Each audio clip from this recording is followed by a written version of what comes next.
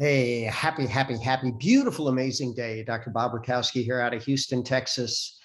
Today's health tip, happiness tip, success tip, everything is connected. And then literally everything matters. So maybe that'll create more consciousness in every decision and action that we take.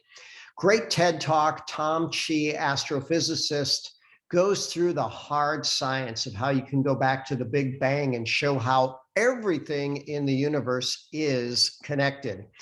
And he says he'll do it through three stories: a story of the heart, a story of the breath, and a story of the mind. And his talk is good. I highly recommend it, but I'm going to give you a short summary. So the heart, of course, is going to pump blood, and blood has oxygen in it, and oxygen is bound to hemoglobin, and the central molecule of hemoglobin is iron.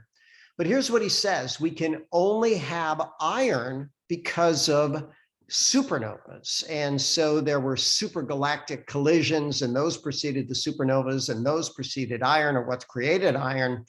And he talks about these time-lapse pictures. These collisions take billions of years to happen. And the Big Bang goes back, what, 14 point something billion years. I have no idea how they can get that precise, but pretty amazing how it all leads down to that. When we start talking about the story of breath, if you were on Earth 3.5 billion years ago, you couldn't breathe because there essentially was not oxygen.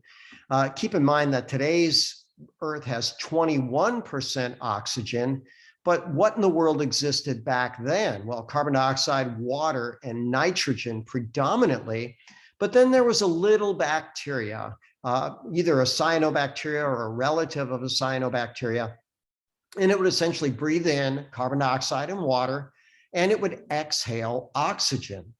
And within his talk, he says, imagine you're one of these microscopic bacteria and you have a very short lifespan, and you ask, what's my purpose? What in the world am I even doing here? But he says, you know what, without the collective efforts of those little bacteria, life as we know it certainly wouldn't exist.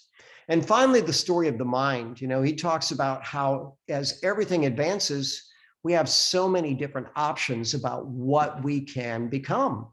So he uses the example of the piano.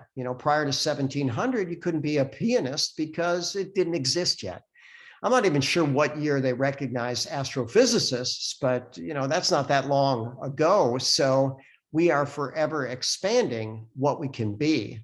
And then he finishes it by basically saying, look, you might not think you're a real big part of, this entire world, but you are, and everything that you do matters. So maybe make good choices.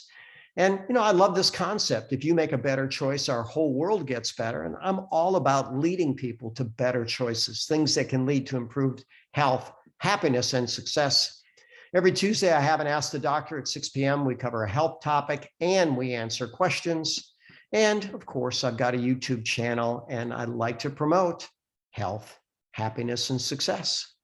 And as always, I know that we can all be happy, healthy, and successful. So enjoy this beautiful day.